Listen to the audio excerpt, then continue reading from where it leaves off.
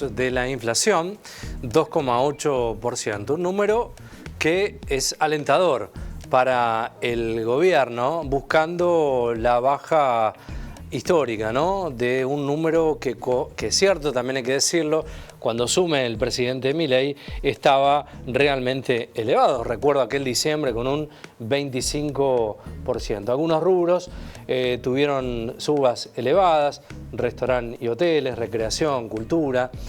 Hay un dato muy interesante que sigue el presidente Milei, que es el dato de la pobreza. Vuelve a caer tras el dato inflacionario de abril, según el indicador, ¿no?, que más sigue el presidente. Ramiro Fadul es investigador senior de IDESA, está en comunicación con nosotros para intentar entender juntos de qué se tratan estos números. Ramiro, ¿cómo estás? Bienvenido, buenas tardes. Buenas tardes, Ezequiel. Muchas gracias por llamarme. Bueno, gracias por estar. ¿Cuál es la foto de esta película, Ramiro? Este 2,8 es un número que indudablemente le genera al gobierno una simbiosis positiva y también el dato que decíamos, ¿no?, la caída de la pobreza.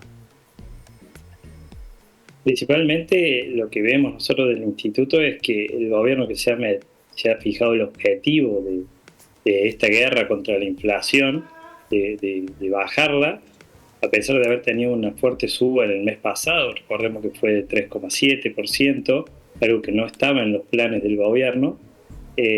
Después de abrir el cepo parcialmente, pero de haber salido del cepo total que teníamos, la verdad que este es un dato que muchas consultoras ya lo estimaban, pero que esté debajo del 3% es en principio alentador para volver a un camino de desaceleración como veníamos en los últimos meses del 2024 y los primeros del 2025.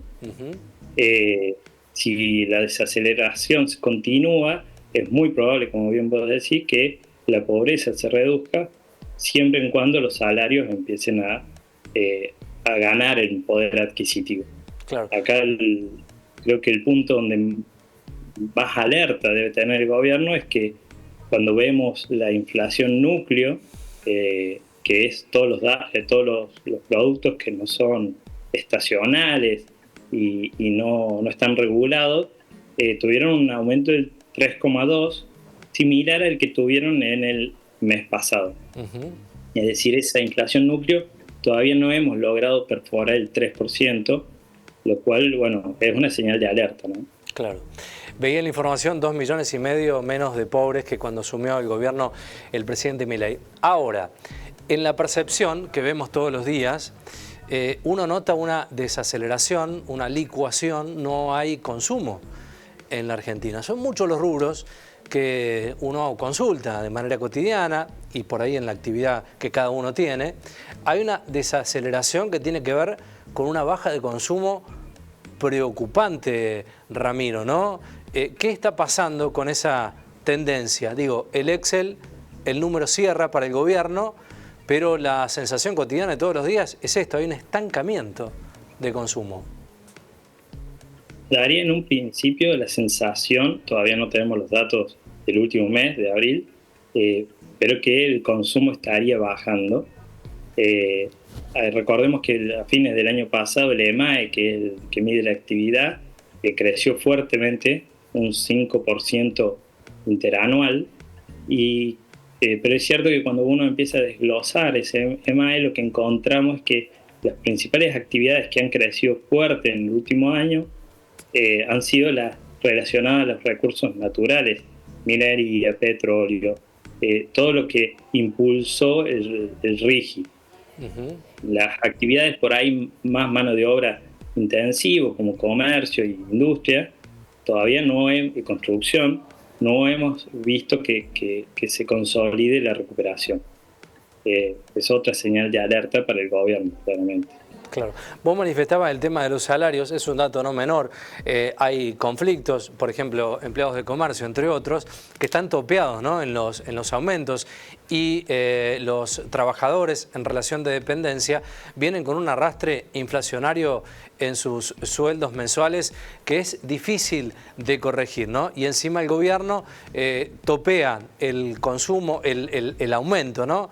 que debieran tener. Allí hay otra cuestión que tiene que tener que ver también con una canasta básica alimentaria que subió casi 1% en abril y con el índice de supervivencia, ¿no?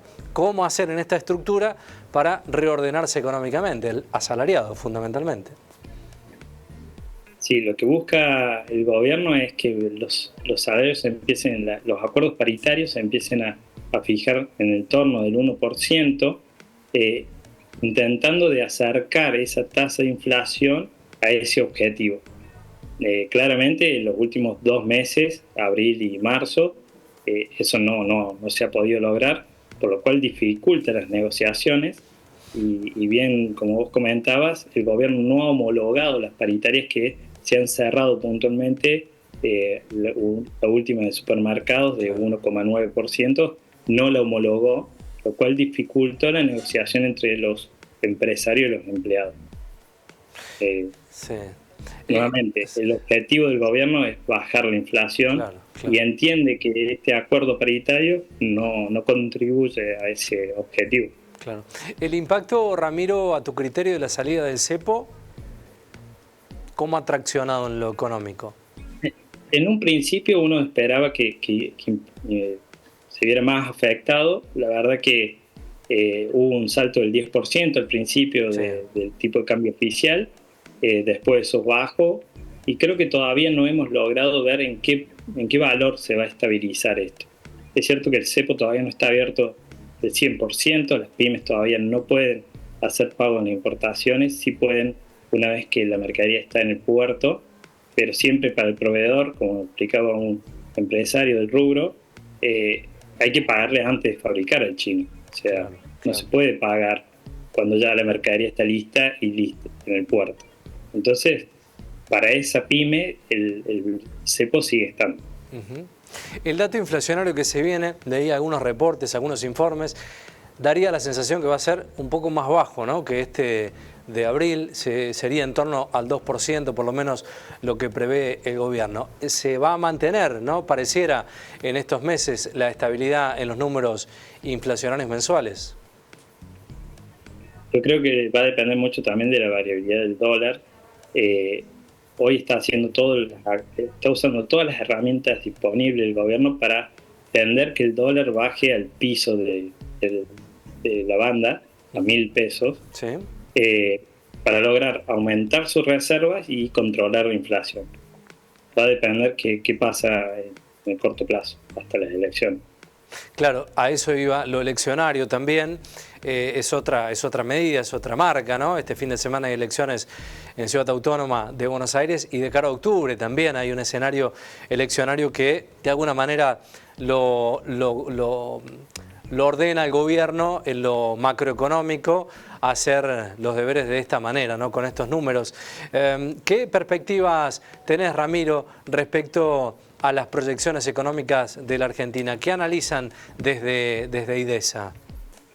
Desde IDESA nosotros seguimos remarcando que si no hay un debate, una reforma, una modernización, si quieren decirlo así, tanto laboral como tributario, el escenario base no es alentador. O sea, todavía las condiciones, más allá que las macroeconómicas se están viendo, las microeconómicas y la situación de tanto de los empleados como de las pymes, es bastante difícil el horizonte. Por lo tanto, nosotros creemos que es un error esperar hasta octubre.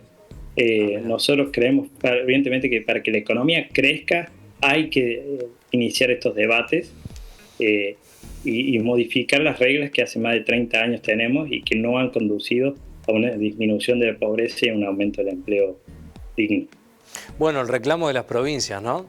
Los gobernadores de Santa Fe, de Córdoba, de Entre Ríos, allí, Puyaro, Yarlora, Frigerio, reclamando la posibilidad de tener autonomías provinciales. La Caja, la situación que vivió ayer la provincia de Córdoba con un reconocimiento de deuda por parte de la nación. ¿Cuántas cuestiones deben ordenarse en un diálogo que no se ve a priori por parte del gobierno nacional para ordenar también esta economía que incluya a las provincias? Exactamente. Recordemos que la mayor cantidad de empleados públicos están en las provincias, son las que principalmente están teniendo hoy los reclamos de tanto salud, docentes y policía, y la verdad que son los que tienen que tener recursos para afrontar. Por eso nosotros creemos que es imperioso intentar debatir, aunque sea, y lograr un acuerdo en base al tema de la coparticipación. Claro. En 1988 se logró, hay que ver por qué no se podría lograr ahora ese debate.